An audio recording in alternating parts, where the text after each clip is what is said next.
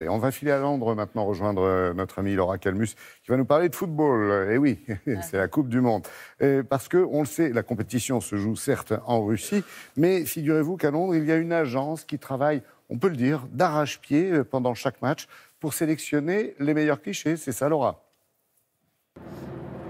Oui, absolument. Lors de chaque match, des milliers de photos sont prises. Mais pourtant, il y a toujours une photo plus emblématique, une qui sera publiée un peu partout. Et ce matin, on va vous amener là où sont sélectionnées ces photos, celles que vous voyez dans vos journaux. Alors bien entendu, chaque rédaction a ses propres photographes, mais il y a une agence de photographie officielle qui a accès à des emplacements exclusifs, qui peut prendre des photos dans les vestiaires, dans les coulisses, faire des portraits des joueurs. Et on a été dans cette agence lors du match France-Danemark. C'est ce que vous explique Élise Derbaumet. Durant un mois, ils vont scruter chaque action, chaque mouvement pour n'en retenir qu'une image, celle qui peut-être fera date dans l'histoire de la 21e Coupe du Monde. Bienvenue dans la tour de contrôle de Getty Images, l'agence photographique officielle de la Fédération internationale de football pour la Coupe du Monde 2018. Ici, les employés sont payés pour regarder tous les matchs de la compétition, car c'est ainsi qu'ils identifient le moment qui va fournir les plus belles photos, comme lors de ce duel entre Thomas Lemar et Martin Braithwaite pendant le match France-Danemark. Paul Gilman supervise les opérations.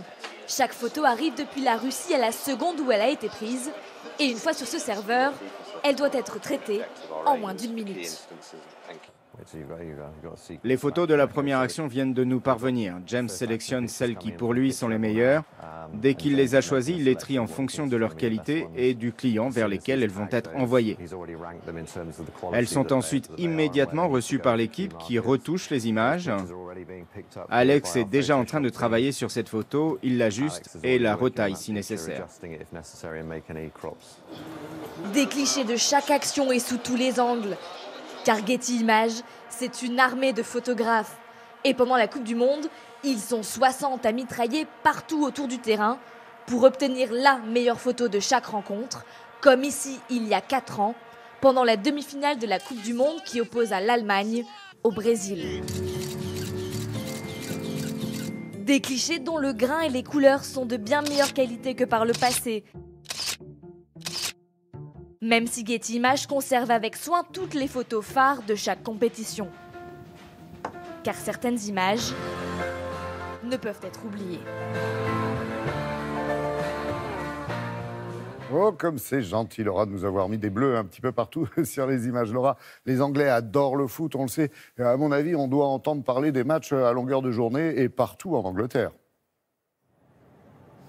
Oui, absolument. Et chaque match est retransmis un peu partout dans le pays, dans les pubs évidemment, et sur des écrans géants en plein air. Alors l'Angleterre jouait hier soir contre la Belgique. Ils ont perdu ce match, mais ils sont qualifiés pour les 8e de finale.